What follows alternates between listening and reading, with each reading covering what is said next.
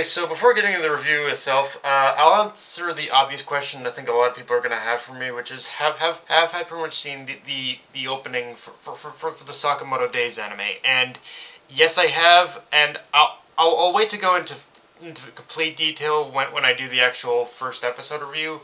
But I will say, and someone put it best in the comments section of the video, it does have a very early 2000s anime vibe to it, both like from a direction, from an art direction standpoint, from an art and animation direction standpoint, as well as a music direction standpoint. Like it is, the opening for Sakamoto Days is very early 2000s. But with that said, the first thing to talk about with this chapter is we get introduced to the main antagonist of the arc, who's, I guess, codenamed Mr. Reindeer. Upon revealing his face, where we see it all stitched up with an X over his mouth. So, yeah, it's been made pretty clear, even before Shishiba and Osaragi appear, that yeah, X is behind this in some way. But that still doesn't answer the question of what he wants with Shin, or for that matter, with the lab itself. And the only immediate thing that comes to mind is X's intention is to augment the people in his organization with the same abilities as Shin, like make them all able to read the thoughts of others in order to more easily identify if someone is a member of the JAA or order. Because if his introduction is, and it was any indication, X is not just going after the big dogs in the order. He's going after everyone associated with them. Any and everyone associated with its JAA and the Order is an enemy in X's eyes, and that indiscriminate approach to his vendetta makes him way more dangerous than initially perceived. And if this is X's goal with Shin, then yeah, it's all the more important that Shin remain out of X's reach. Otherwise, yeah, we do not want X in order to have the kind of power in order to read minds that Shin has. And Shin's power in a lot of ways isn't even fully developed. So imagine what like any of X's men could do with that power and fully trained. It's kind of terrifying, really, when you think about it. Having said that, though, I really liked all the moving parts to the infiltration part of this chapter, as it starts slow with Shin and Taro dressed up in the most obvious disguises imaginable, then moving on to the next step of accessing the elevator to the basement through the annex. But because the access point didn't recognize Shin's fingerprints, it activated a defense system, a mechanical stuffed grizzly bear with a machine gun in its mouth. So they had to take that out. But then after taking the bear out, another weapon system activates in the form of a dinosaur skeleton. Like the whole execution of all the traps and all the and everything in regards to Taro and Shin, just trying to get to the basement.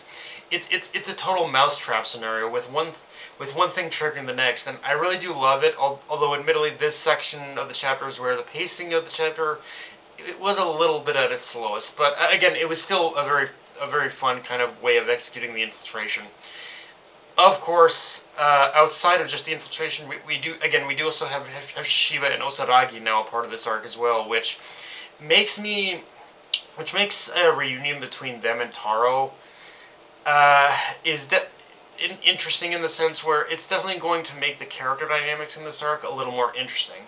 Because even though Shishiba and Osaragi are here for Mr. Reindeer, anyone associated with the Order is as we know, anyone associated with the Order is known for brutal efficiency. So it wouldn't be surprising if Osaragi and Shishiba's goals was mission and goals here was it well on top of killing like Mr. Reindeer, also includes killing any witnesses and eliminating any evidence of what's happened here. So in that regard, yeah, there's definitely going to be a lot of, I think, antagonism going on between Taro, Shin, and Shishiba Osaragi in this arc, if they meet, and that's not even accounting for any bad blood Shishiba and Osaragi might even be feeling towards Taro for leaving the Order. Like, there's like the thing with for me, the thing with Shishiba and Osaragi being here is that there's so much that can be done with the character dynamics here, and just how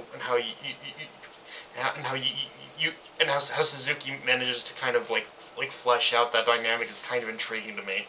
Um, on On a lighter note, though, the comedy in this arc was kind of hilarious. Like when Mr. Reindeer asked Tanaka about whether Lou really was the one he asked him to retrieve, and then and then and then and the other guy's like Seba steps in, kind of ratting Tanaka out, but also kind of saving him as the next page after Seba interjects himself into the conversation and telling Mr. Reindeer, I have a plan in order to draw Shin out. It basically cuts to the next page of Tanaka being shipped off with Lou to a holding cell. Like again, just the way all that was cut together between those two moments is hilarious to me. Although, on a more serious note, with Lou, we do see her kind of her inner monologues, and really just seeing her kind of piecing little bits and pieces of information together.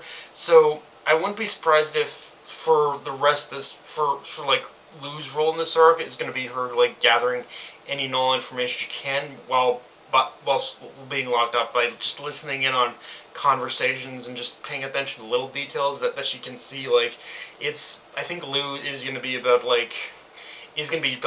Lou's role here is going to be about gathering information, and at least to the point where when this arc is said and done, we will be walking away from this with at least an idea of what X's plans are. I think that's more or less what's going to happen here. But yeah, guys, that's pretty much all I got for this review. If you enjoyed the video, like, comment, subscribe. Follow me on following Blue Sky, Analyst, Crunchyroll, be sure to notification bell, hit the subscribe button, and just share it around, guys. Dark Knight of Anime, signing off. Later, everyone.